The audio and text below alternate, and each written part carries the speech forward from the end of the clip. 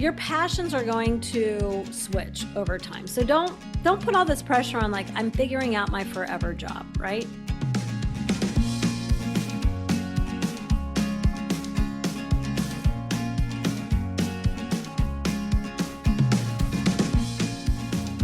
CBMers, welcome back to College Bound Mentor, where we help you survive the college application process and beyond. We're your co-hosts, Lisa, Abby, and Stephanie. And I don't know about you, but we are deep in the why college, why major essay reviews, brainstorming, finalization right now. It's always a popular essay and it's always a challenging essay. So we are super excited to bring back Lisa Marker-Robbins, a conversation we had about how to tackle this very important essay. And so now we want to turn and welcome to our guest, Lisa Marker-Robbins, the CEO of Flourish Consulting and host of College and Career Clarity. We're going to talk about how schools admit by major together, and we're also going to dispel some common myths about the why college, why major essay. First of all, welcome. Thank you so much for joining us. Well, thanks for having me. I love your all new podcast. Huge fan already. So you guys have great topics. And we love yours as well. You've got a lot more experience on us, so we're learning from you, which is really good. So how do you feel about going over some myths and truths about how to approach these essays, some do's and don'ts, like we did for our personal statement episode? Yeah, absolutely. That was a fantastic episode that I listened to that you already had. So yeah, let's do it. All right. Well, thank you. All right. So one of the first myths is to talk about how much you love the school and extol its every virtue. No. Why not? Isn't that what they want to hear? How great the school is? Not at all. So, I do advise the students that I work with and helping them get clear on their college major and their future career. You're showing alignment. So if there's something the school offers that is unique in their program, then that's okay to talk about the school, like how they have it structured. Sports management sometimes can be in the education school, it can be in the business school, it can be in a variety of places. And so you might be looking for one that is, well, I'm choosing your school because you have this house in that particular college or division of the university. So in that regard, it's okay, if they have a special twist on the major, but not about the campus or the location or the weather or any of that stuff. It can be tempting. So you shouldn't gush about everything, about the beautiful campus, the prestige, the reputation, location. So it sounds just like a brochure. Exactly. They already know that they're great. So we're looking for where that alignment is, right? Between who you are and what they offer. Right. I always say if it sounds like a brochure, then you got to nix it. It's not going to work. Fantastic advice. Yes. How about name dropping everyone you know who went there? Absolutely not. No, this is about you and this is about alignment, right? So you are trying to show them that you demonstrate that you belong. And frankly, like maybe you don't belong. I mean, maybe you'll discover through the process that that's not the best fit because every program's a little different. Every major on every campus is a little different. So just think of like it's like a Venn diagram. And so it's what you've done in your past that informs your future choices of where you want to go and what you want to do and what they offer. And so where those two things intersect.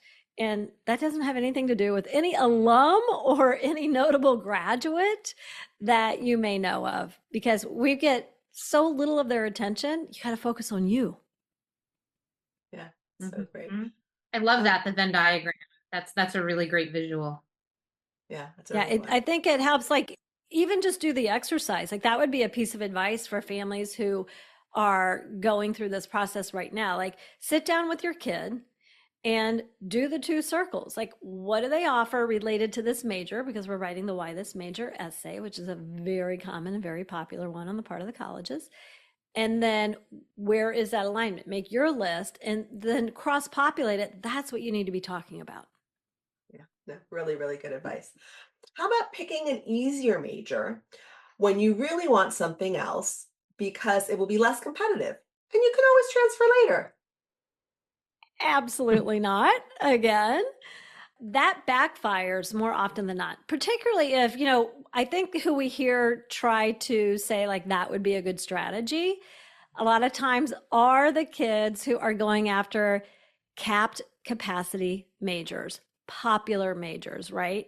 So I want computer science, or I want nursing, or I want, one that has like studio space to it. So maybe it's architecture, performing arts majors, anything that has field experiences, clinical hours, performance hours, or is a very popular major.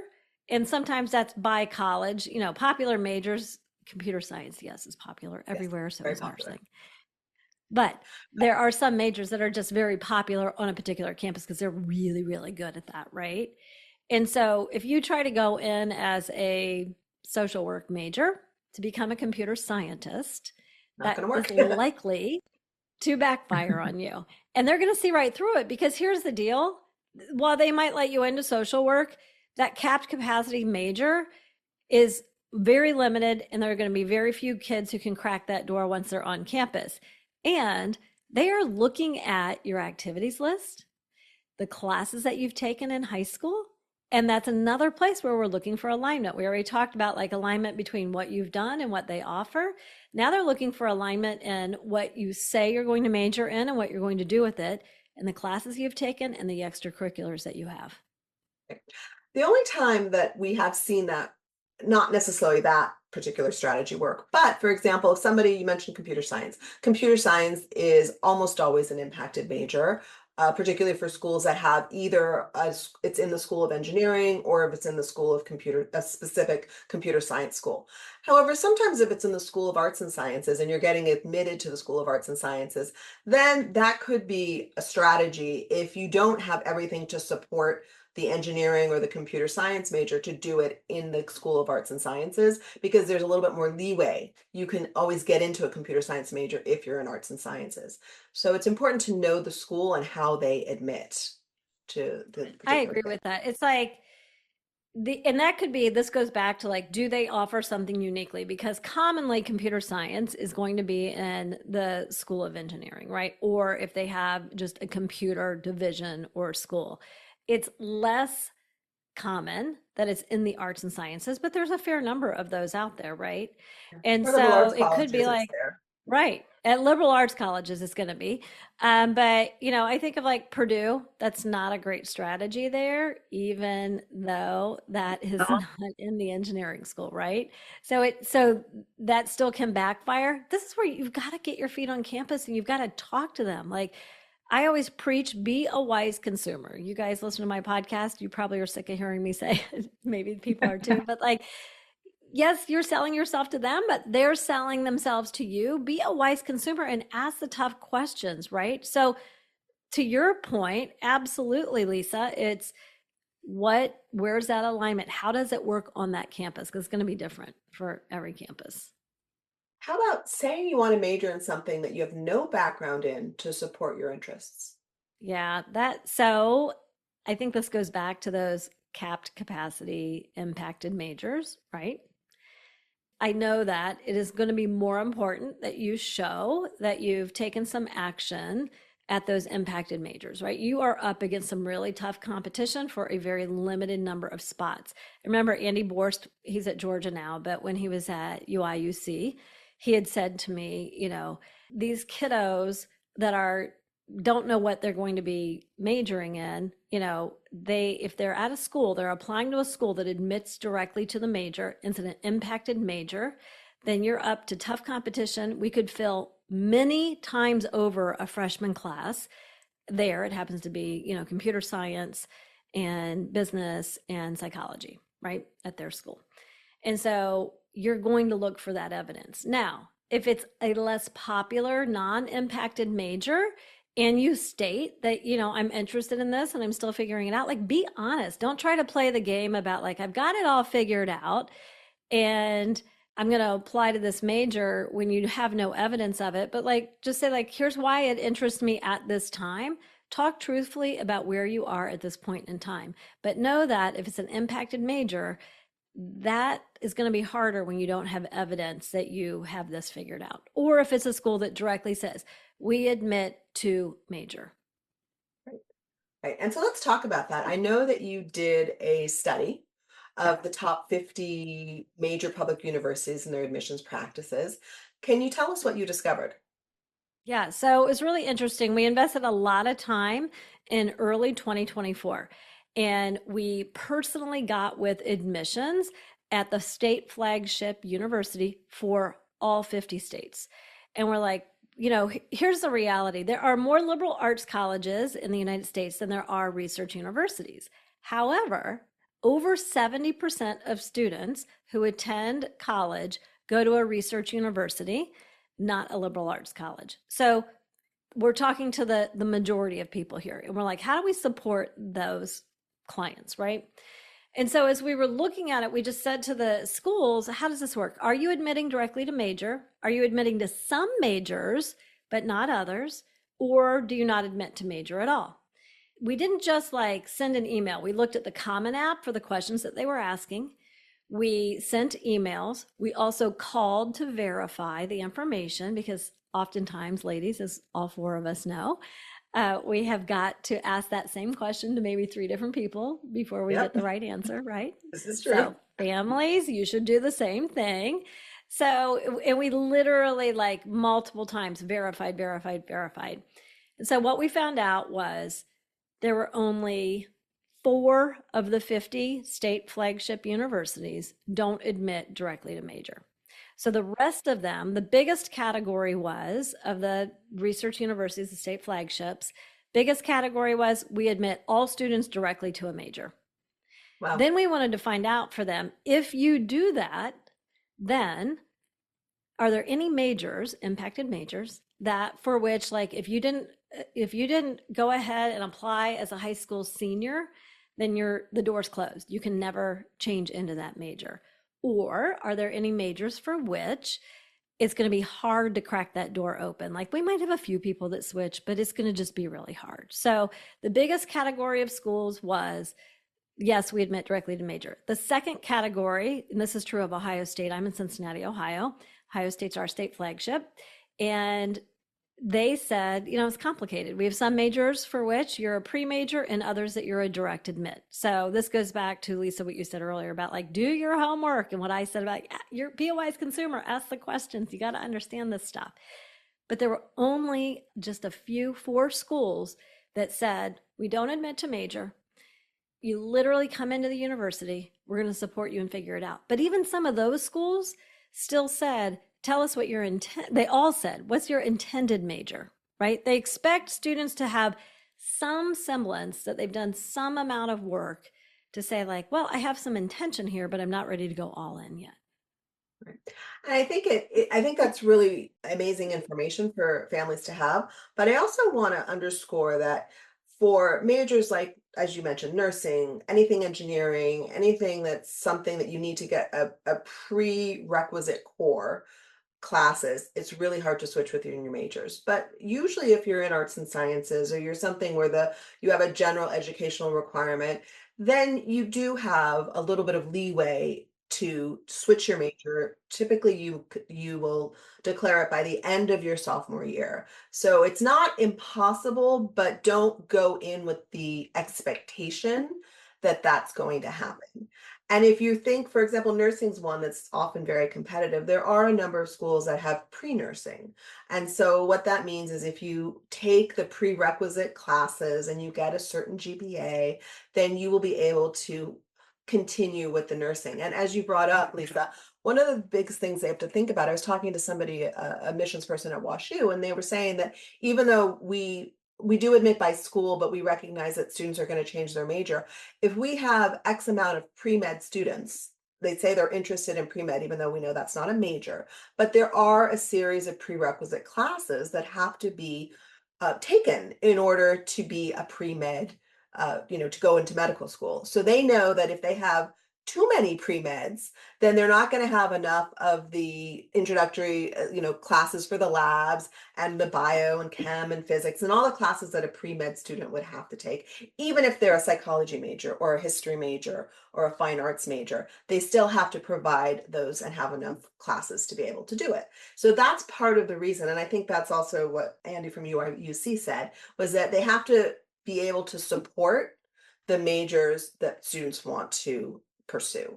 And that's a big part of why it seems like it's very limited and that it's very It hard. is, I got into so I was at IECA in Connecticut back in May at the conference. And I went to a session and the Tulane admissions rep was part of a panel.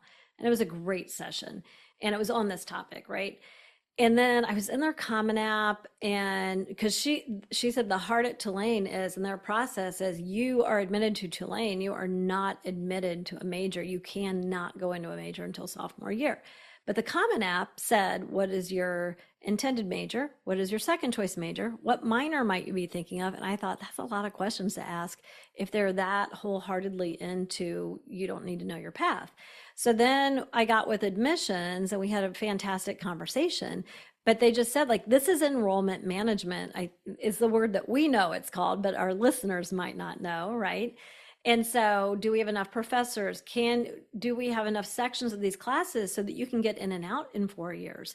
And so that intention does affect things, even though it's not a commitment. But, ask the questions. You had brought up a great point, Lisa, about pre-nursing. There's a lot of pre-nursings, right?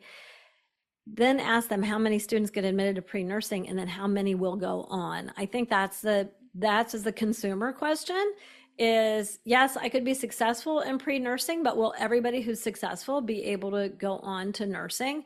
And most of the time the answer is going to be no. But you want to know, like, okay, what was the GPA or the grades or the experiences of those who were able to go on to nursing or any other pre-major, right? Ask the questions. Yeah, pre-business is another big one. Absolutely. Yes. Yeah. Other Lisa and I were there. We were at that same panel, and we loved the panel. So helpful. So I would love to hear your advice on this one, with all the focus on students who declaring majors. What about the students who really have no idea what they want to major in? And it doesn't mean that they're not interested or they don't have passions, but they just, at our age, we're still figuring out the things that we love. So what do you recommend to those students who just truly don't know at this point? You've got to create some time to do the work. That's the first thing. We're all busy. My youngest just graduated from college in the spring.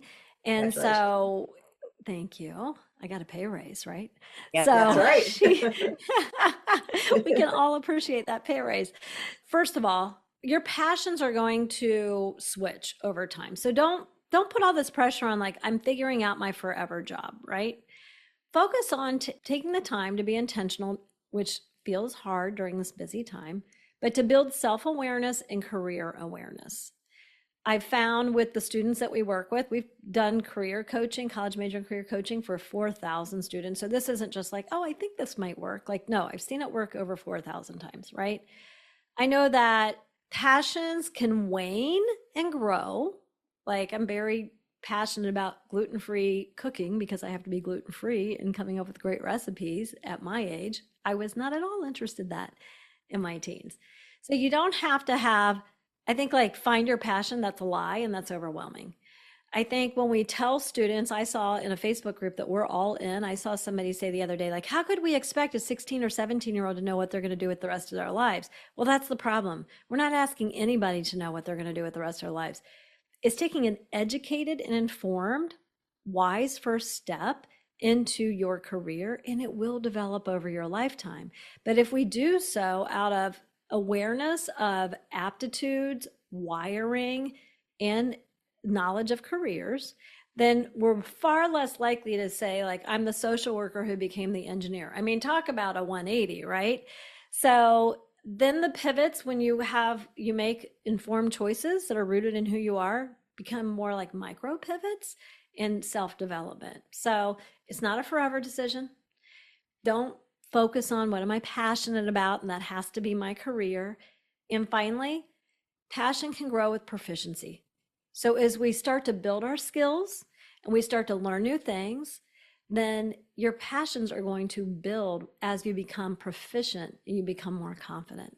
So don't feel like, I mean, hello, you're going into college. You're going to college to learn some things. You're not supposed to have it all figured out. Develop passions and interests and do things like that. That's right. Yeah, I love that passion grows into proficiency. I think it's, or proficiency grows a passion, which is something that's so true. It's that 10,000 hours. The better you get at something, the Yes. more you like it. And how many students have said, you know, I was really bad at this particular class, and then I worked really hard and I went in for extra help. And all of a sudden I really loved the class because then it became really interesting to me. And the other thing I would just, as a follow-up to that, I had a student who was always her whole life, she'd been very STEM-y, very interested in math, thought she initially wanted to major in math, but then she also started taking political science classes. She took AP Psych, AP GoPo. She worked on a campaign, and then she was really interested in how to use analytics towards political modeling, if you will. So she ended up going to University of Chicago because she thought she wanted to combine those two areas, applied math and political science. But after her first year at University of Chicago, she realized that, you know what, I really want to do engineering. I really am more of an engineer, more of a STEM girl. So she ended up transferring, and she'll go to start in Dartmouth in the fall. But it took her a while. She had that interest in STEM, and it got a little bit sidetracked, and then she came back to it. So it can work in a lot of different ways. As far as that goes. Well, I do think as you share that, when I'm working with students, we have them take the Berkman personality assessment. There are other personality assessments. I do think you get what you pay for. So be wary of like something that's free on the internet that tells you to go be a zookeeper. But to look at those, and then that's a starting point. But I think informational interviews and job shadows are crucial in building the career awareness piece, right? So what I get curious, and we don't need to dissect the whole thing, but like, did that young lady, like, did she job shadow some engineers and talk to them about their jobs and different engineering jobs? Did she talk to people who were doing this analytical piece that she thought she might want to do? I think sometimes we students are just going like, oh, that sounds fun and interesting. And there is a little bit of alignment. Like, I could tell you right now, if all the hats that I wear professionally would go away tomorrow and I had to totally reinvent myself, hopefully not at 55, I can list for you some jobs that I'm like, I think I could be really good. I could become proficient and more passionate about that. And I think it would align with who I am. You're making a first step out of many good steps, but at some point you have to make a decision. Yeah, I like looking at it as a first step. It's a lot less overwhelming. I mean, is that the truth even for us as adults? Like, I'm sure a lot of your listeners are parents, just like my listeners of my podcast. If somebody's like, oh, I'm on a weight loss journey and they want to lose 50 pounds, that first step of like getting the app or signing up for, the training or cutting out sugar probably feels really big too. For any of us as human beings, that forever only focusing on the very end and all the things you need to do and all the things you need to know, it will undermine all of our success. Agreed. Yeah. Yeah, it's funny because when I was in school, I couldn't decide on a major. So I knew I liked to speak French, and I knew I liked to read, and I liked history. So I picked European Cultural Studies because I got to do all of those things. And then my youngest daughter, who's probably the most like me professionally, my other two were a little bit more focused. She's also she's not still, she's 24, almost 25, and she is still figuring herself out and trying to understand the things that she likes to do. And she also has a lot of interest, but no clear passion. So I've been telling her a lot, proficiency leads to passion, but she's working on it. So it's just interesting because sometimes your career is something that's like it takes a lot of different things that you bring together, and it's the combination of those things, which is probably why we all like this profession, because it pulls together the combination of all the things that we like to do, but we didn't necessarily know it was a profession when we set out upon graduation. I also think like if you look back, so if teens would talk to older people who have, have some experience or like how we all have landed where we have, you'll see common threads. I was a classroom teacher back in 1991. Like that's how I started my career. I've always loved working with teenagers, even when I was barely out of being a teenager. I loved making lesson plans and making things exciting and helping people learn and develop themselves, right? So while what I do now is very vastly different, and oh my word, the internet barely existed back when I started, and now I have an online course on the internet and a podcast. Like I couldn't have known what the possibilities were, but there are common threads, and I let that inspire teenagers. Like we all can see things in ourselves that have pulled all the way through. And, I think Lisa, even the example you just used, like there are some common threads there, right? Yeah. Our youngest son is a junior in college. He's got an internship in finance this summer. He has no idea what he wants to do, but he has this general idea. He grew up playing chess, that he just likes thinking about strategic things. He can't articulate it really. He has no idea how that applies to business. He knows he doesn't want to do finance, but he's taking the opportunity to figure out the small parts of what he's doing this summer that really kind of interest him and floated his boat and make him excited. So I think the other nice thing to do is to have an open mind and try different things, and then try to identify, be very thoughtful about identifying what parts of what you're doing you really like. Same with classes. I mean, there might be some parts of your math class or your bio class that you really enjoy and some you don't, but it all kind of can put the pieces of the puzzle together to help you figure out what kinds of things you're really good at and really like. Abby, when you talk about your son, I try to word it this way that I've seen it resonate with students. Like, what were the things? So if I were talking to your son, I would say like, what were the things that you did in your internship this summer? Which, by the way, everybody, internships are another experience that helps us get clear. But what were the get tos and the have tos? So a get to is a thing like if I did that all day long that day, it doesn't exhaust me. I still have energy at the end of my work day. I'm excited. If that's on my to-do list for tomorrow, I'm excited to go to work. What are the have tos? Well, I own multiple businesses and I have to get into the finance of those businesses sometime, and I hate it. That's a have to. It's draining. Those are the things we tend to put off. So as you're like, he's doing a great job with that experience and tracking those things. But if we term it into like get tos and have tos, fill me up, drain me, that I think that can help students as well. Okay, I love that. And now I'm going to have him listen to this part of the podcast because he'll listen to you more than before he'll listen to. Of course he will. And I'll send my daughter over. Right. You send your daughter this way. I'll send my son that way. Perfect. Oh, well, this was great. All right. Well, I feel like we could talk all day. Are there any like last pearls of wisdom that you want to share with our listeners?